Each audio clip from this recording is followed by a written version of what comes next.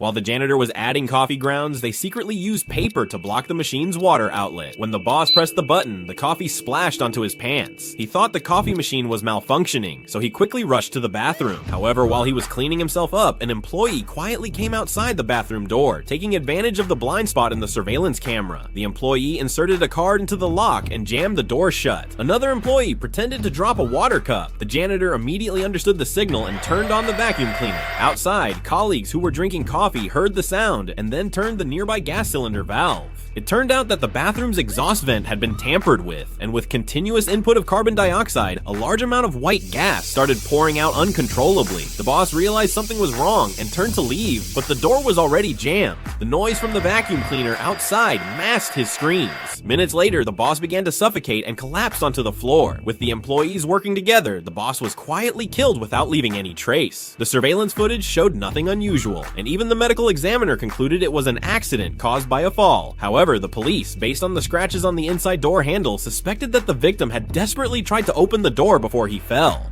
If it was truly an accident, how could he have gotten up to try and open the door? Plus, the floor was non-slip, which led the investigator to suspect that this wasn't an accident, but a carefully planned murder. He then ordered all employees' phones to be confiscated. After reviewing their recent activities, he made a startling discovery. All employees had visited the same clinic. Could this just be a coincidence? He immediately drove to investigate further. To his shock, after a round of questioning, he uncovered a disturbing story.